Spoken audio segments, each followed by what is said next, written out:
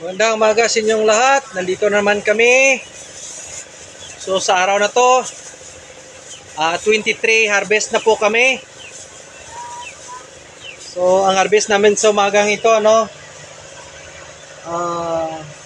619 kalahata na.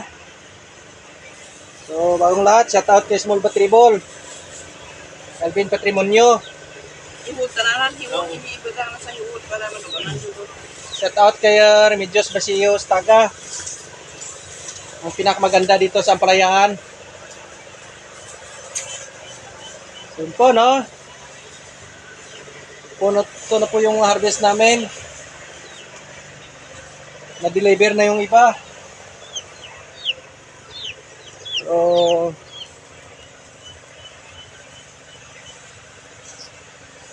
praise God, naka 23 harvest na po kami.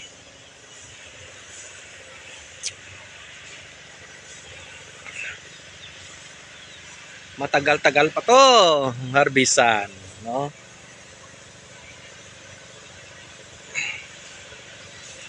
Nakita po natin na mahataw pa rin si Galaxy Max,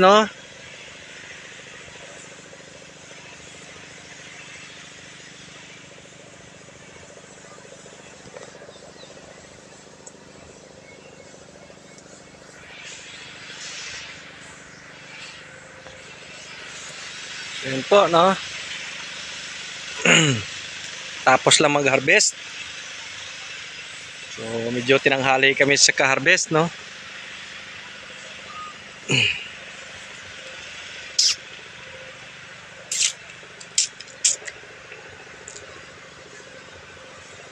Po.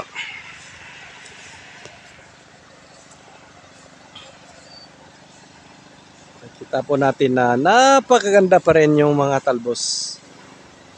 Marami pa rin nagpapahiwatig na bunga. So, ang ganitong mga maliliit, ayan po. Ito,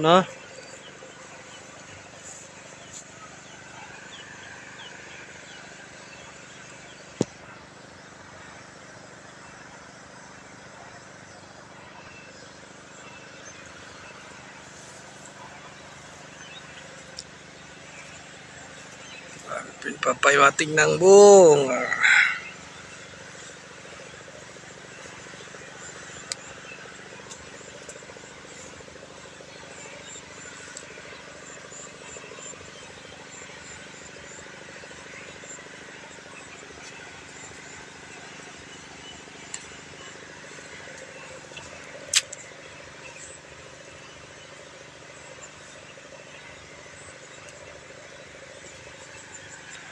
Yun po, napakaganda pa rin yung talbos.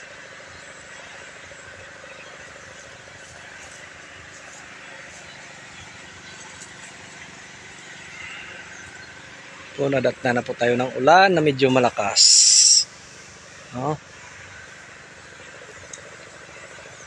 So, ganon pala. Ngayon pa lang po ako naka-harvest ng ganito katagal, Praise God. Sana dumami pa lalo yung bunga.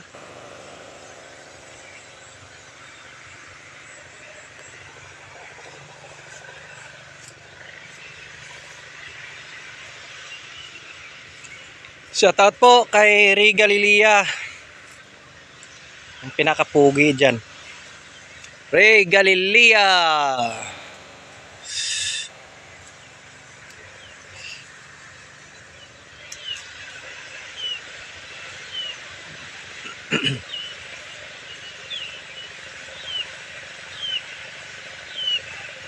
Ano po, makikita po natin na kahit bagong harvest, mayroon pa rin tayong nakikita na harvest, Saturday ngayon. So ang next harvest natin Monday. Tapos ng Monday, Thursday po kami. Kasi may importante lang po.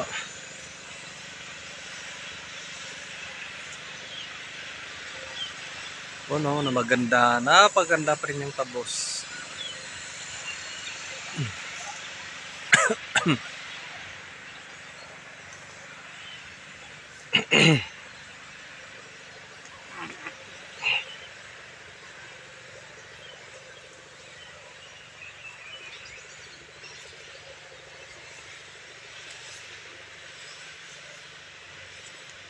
So,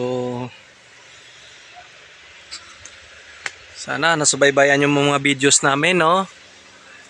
Kahit hindi ko na sabihin kung paano tumagal yung buhay ng ampalaya na to kasi simula land preparation, no? Step 1. Kung nasundan nyo po, no?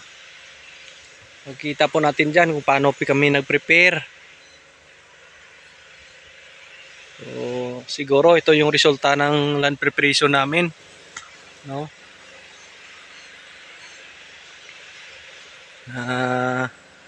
Nakaabot kami sa 22 harvest. So, ang punggos talaga yung dapat babantayan kasi yun ang papaiksi ng buhay ng ating ampalaya, no? So, kailangan i-manage talaga natin, no?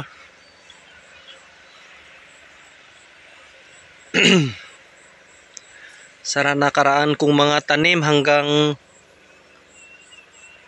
19th harvest lang po, no? Wala na. So, ngayon po ay humahataw pa rin, no? 23 harvest na.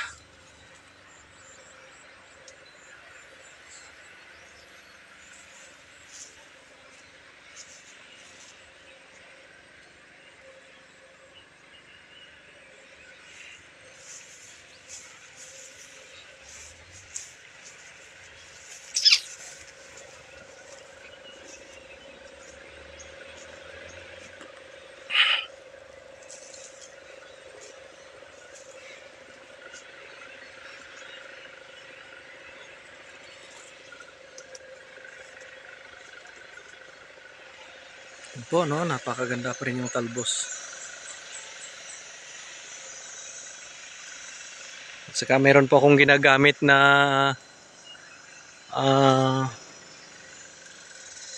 pang enhancer tawag, ano bin? Booster, no? Hatake po, no?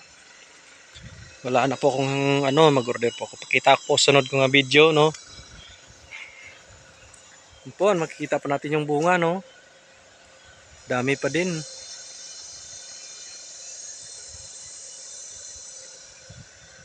So, within isang araw lang yung agwat. Pag kami nag-harvest kasi pag 2-3 araw napakalaki. Malaki talaga ng bunga. So, dapat every other day haharvestin namin. So, yun lang po ang kagandahan. Kasi isang araw lang agwat, harvest ulit, no? Isang araw agwat, harvest ulit.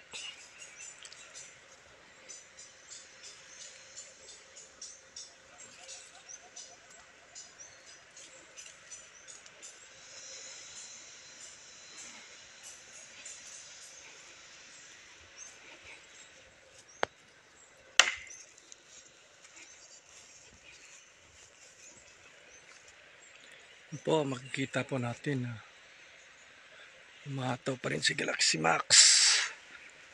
Galaxy Max.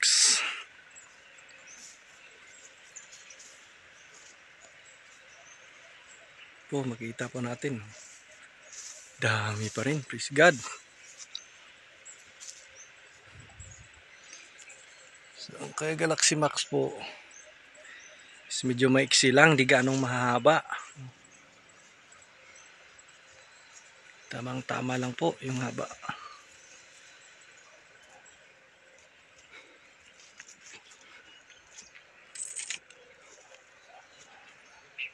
So Friday nagpakain po kami. Mondays ulit. Sunod naming pakain Monday. No? 23th harvest, makikita nyo po yung dahon, no? Green na green pa rin, no?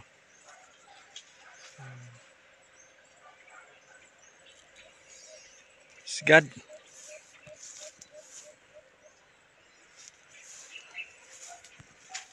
So yun lang po sa umagang ito.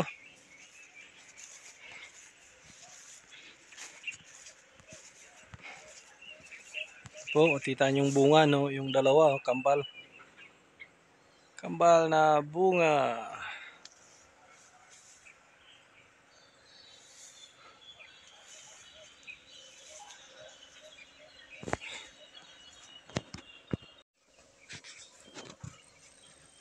Yun po, no? Kita po natin ating ampalaya.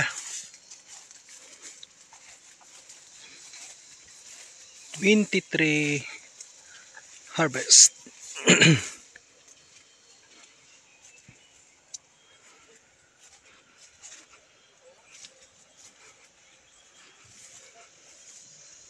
Po, no?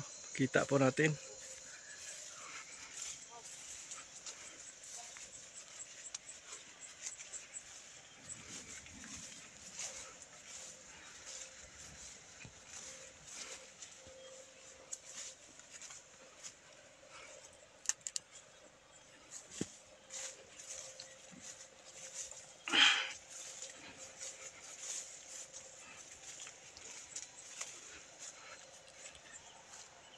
So, maintain lang po, no? So, tingin ko magdagdag pa ko ng pakain kasi medyo marami yung bunga para bilis lumaki yung bunga.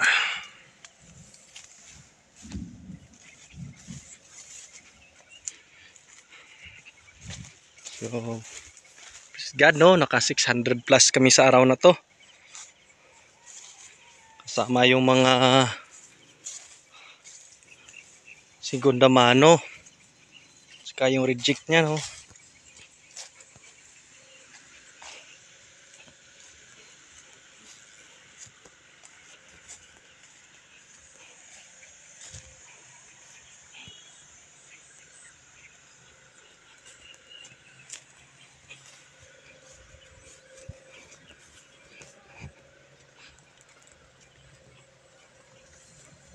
Oh, makikita po natin, no? Ito pa rin si Galaxy Max F1.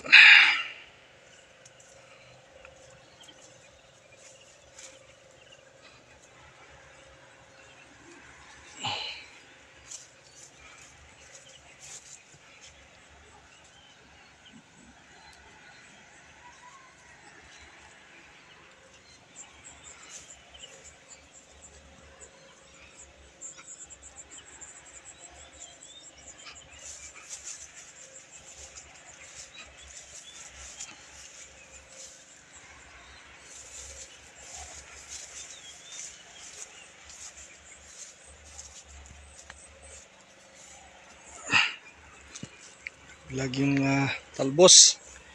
Di pa napakyat yung mga talbos.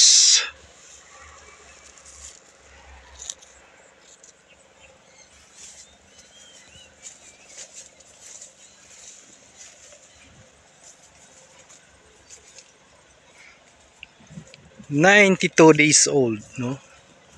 Ka 92 days old na to. Mukha ng ating pala na 92 days old, no? Hanggang Portegoro, kayang-kaya nito sarbisan. Hanggang sa Matigok, sobra lang.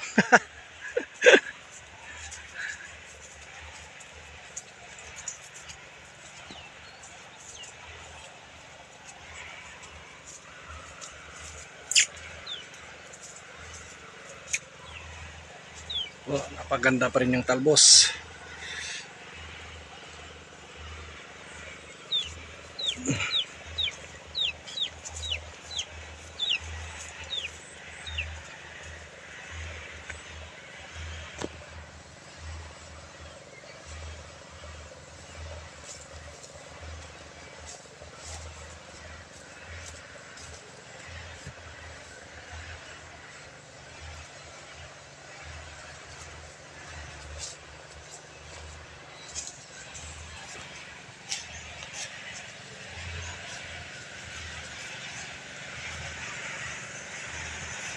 So, yung aming magkuha ng ampalaya, wala pa rin.